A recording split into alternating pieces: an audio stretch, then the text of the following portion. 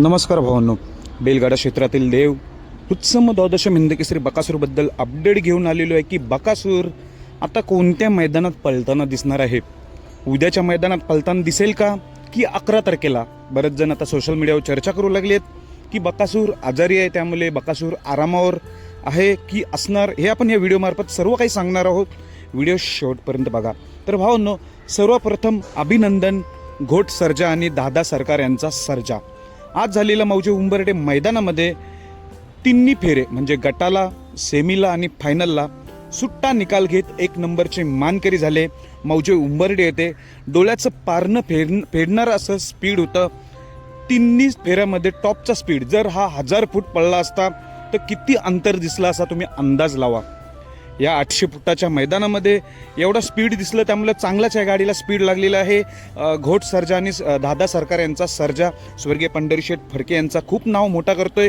अपराजित आहे आत्तापर्यंत. जेवढा 3 फेऱ्याच्या मैदानात पळाला आहे दादा सरकारांचा सर्जा, अजूनपर्यंत हारला नाही. गुलाल मिळतोच. 1 नंबर फक्त 4 नंबर केला होता सुरुवातीचा बकासूर सोबत, आणि बाकीचे जे मैदान आहेत 1-2 नंबरनेच राहतो असा हा दादा सरकार यांचा सर्जा.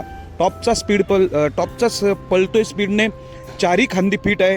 आता बिंजोडसाठी देखील सज्ज आहे. त्या दिवशी मागे बोहनुलीला सर्जा दादा सरकार यांचा फेरा काढला. आता बिंजोडला सज्ज, आणि हे तुम्हाला आताच सांगतोय की घोट सर्जा आणि दादा सरकार यांचा सर्जा हे बिंजोडला सुद्धा पळताना दिसणार आहेत.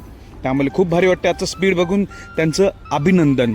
आता महत्त्वाचा विषय काय, बकासूर. बरेच जण चर्चा करू लागले की बकासूर पळणार नाही.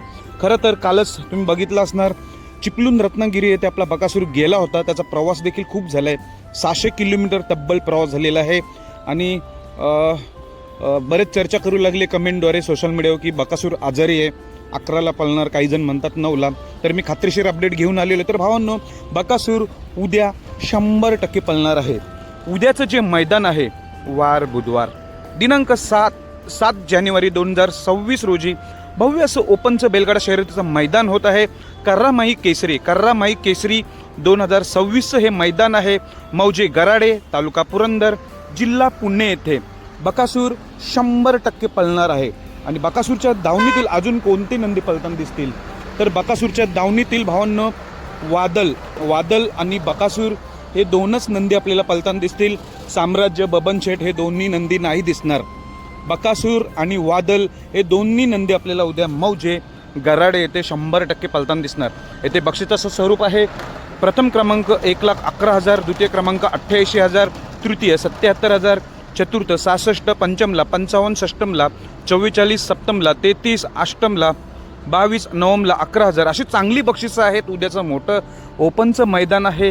त्यामुळे या मैदानात कर्रामाई केसरी 2026 मौजे गराडेला उद्या आपला बकासूर 100% पळताना दिसणार आहे. आणि त्याच्या दावणीतल फक्त वादल 2च नंदी दिसतील. जर भावांनी अपडेट आवडली असेल तर चॅनलला लाईक करा, सबस्क्राईब करून घ्या. धन्यवाद भावांनो.